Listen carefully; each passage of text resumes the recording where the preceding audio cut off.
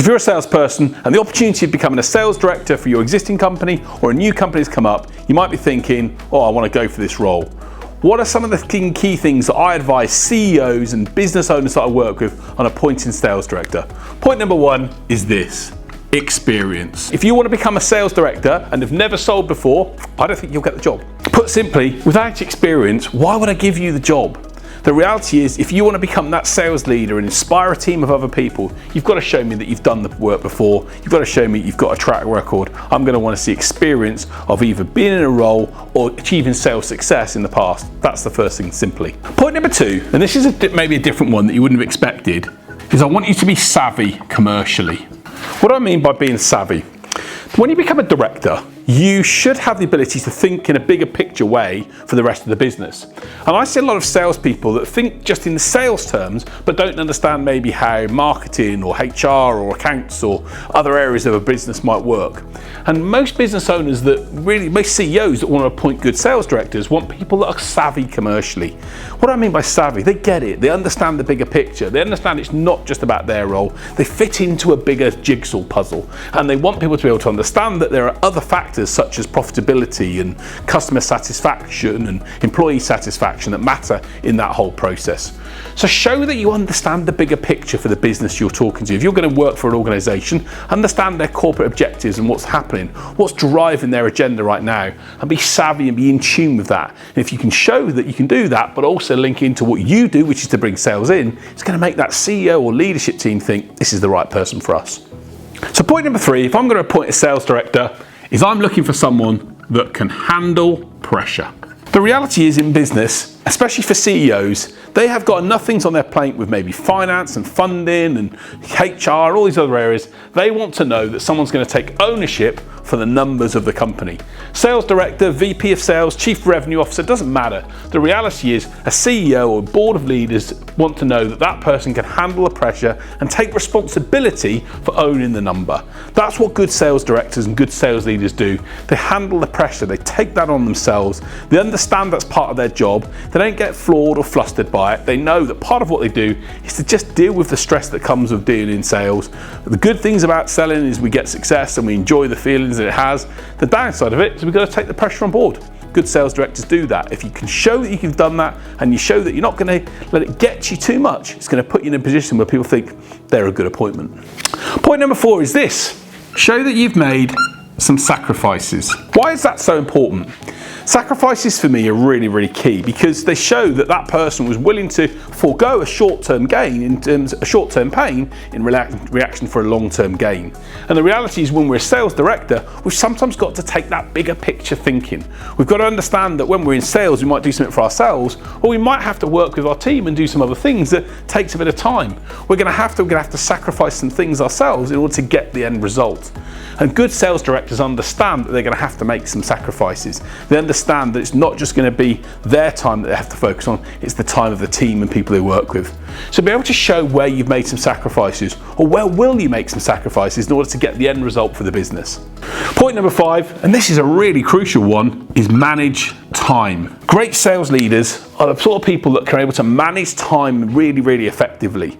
They know they might have 2 or 3 people in their team who all want their resource and all want their time, so they've got to be able to be really clear about the meetings that they're in and the conversations that they're having. I work with a sales leader at the moment and we talk about how he splits his diary into really important meetings, mentoring his team, meeting with clients in the industry that he works with. And we focus his time on spending 90% of the time on the things that make a difference in the business rather than the things that are nice to do, we can get involved in, but don't change the number. So be really, really focused on managing your time effectively. Make sure you focus on the things that can turn the dial, that can bring business in, that can engage and make other people aware of you, and whether that's large partnerships or large deals, but don't just focus on the things that aren't going to basically give you any great return, whether in the short term or the long term. Manage time like a demon. Good sales directors do that, and when they do, they show they can get the results that boards love. So point number 6 is this: understand people. I have seen many sales directors who shouldn't really be sales directors because they generally just don't understand people they work with. I worked with a lady once who unfortunately couldn't build rapport with her team because she was so focused on the results that she wanted to get that she couldn't understand the dynamics of how her team operated. And the reality is, if your team have got stresses and challenges and things going on in their life, they're not going to give their best work. Some sales directors also are one-dimensional. They'll use the stick all the time to shout and to demand. Whereas that doesn't work for some people. Some people need the incentive, some people need the carrot, some people need the stick. So we've got to be able to understand people and the dynamics of individuals that we work with to be able to get the right result.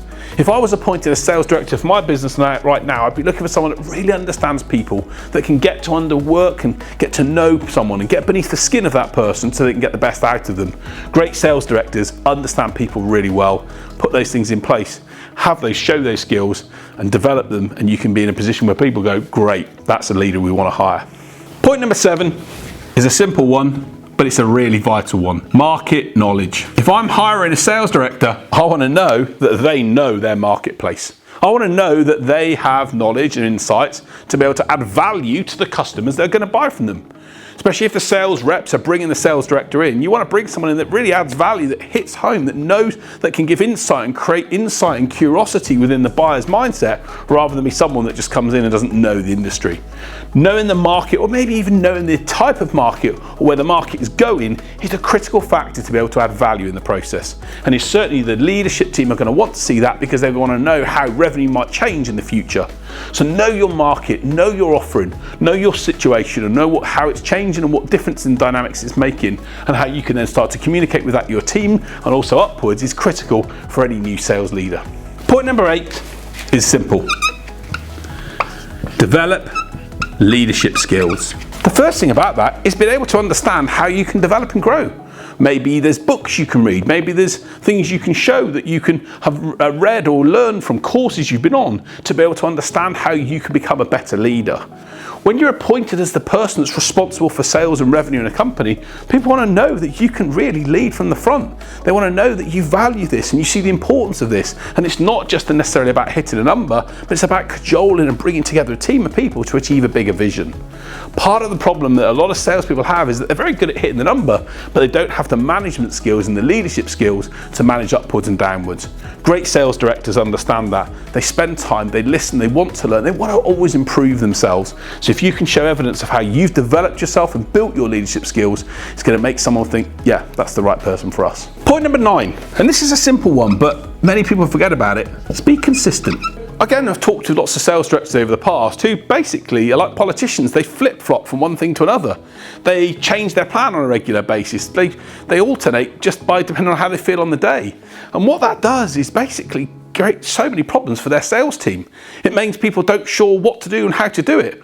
Whereas great sales directors have a clear plan, have a clear strategy. And by the way, my videos on sales strategy and sales plan, I'll put them in here so you can have access to them, are an easy way in which to be clear about the path you're going to take and can move forward on that way. Those leaders know that results don't necessarily happen straight away, that it takes time, it takes effort over a period of time. And that comes from being consistent. You're not going to necessarily win deals tomorrow, but if you do 30 connections over a period of a time, they know it will get results. They understand that on the end of the day, it's consistency that wins rather than just the one-off lucky events and accidents. So the key thing is be consistent and show you're consistent yourself. What can you show to the leadership team of how you've been consistent and done something time and time again to get the results, whether that's in a personal capacity or business-wise? Great sales leaders are consistent. They do the same things and they know that their team knows what they're going to get from them, which also builds trust and familiarity. I always ask that question to sales directors. If you ring in someone in your team and they see your number appear on the phone, are they going to think, yeah, I know what I'm going to get from this call, or are they thinking, what the hell's going to happen? If it's the latter one, you've got a problem. Focus on consistency, be genuine, be decent, and make sure people know what to expect from you, and it's going to help them build relationships with you. You're going to build relationships with the leadership team, and it's going to make people want you for that person in that role. So we're 9 points in. By the way, let me know in the comment section below if you think I'm right. If you think I'm talking absolute tosh, then let me know as well. Hey, all opinions are valid, right? I'm a sales director myself. I've got skin like a rhino's backside, so I can handle it. But let's move on to point number 10. And this is something that I think really shows, and to me depends on the great people from the average. And that's link performance to results. Final point for me is if you can link your performance and say to people, I'm happy to have an unlimited commission opportunity or share option opportunity or whatever it is based upon the results that I can achieve. If I was a CEO looking at that, I'd be going, wow, this person's got belief in themselves and what they can do. They're not just expecting the money right now. They're not just being in a position where they're looking to achieve something and have a coast and easy ride. They want to know that if they deliver great results, they get an increased level of performance. And when I see sales directors wanting to do that and wanting to link what they have to their remuneration and the success they have, I'm like, this person knows what they want to do. And if they can show the other points that we've mentioned here, they're going to come together. They're going to make me think this is the right person for the job. So those are the points that I share about how to become a sales director. I've directed sales teams in my own businesses and other companies. I know the challenges you face with this, but let me know in the comment section, what are the things that you think make a great sales director? I'd love to know what you think. And if you think I've missed something here, let me know. But I think if you can put these things in place and create a solid plan and strategy to help your team get to where you want to get to and take responsibility for the numbers, you're going to put yourself in a position to make yourself a valuable member of the leadership team, a person that the CEO and the board look to for advice and want their input on, and it's going to, more importantly, help you build your career, your potential for the future, and enable you to achieve the success and trappings of success that you should deserve as a brilliant leader. So those are my thoughts on how to become a sales director. Let me know what you think, but if you've liked the video, please like, share it with other people. Let's get loads of other sales leaders getting the skills they need to become brilliant at what they do. I'll see you soon for another video. Thanks for watching.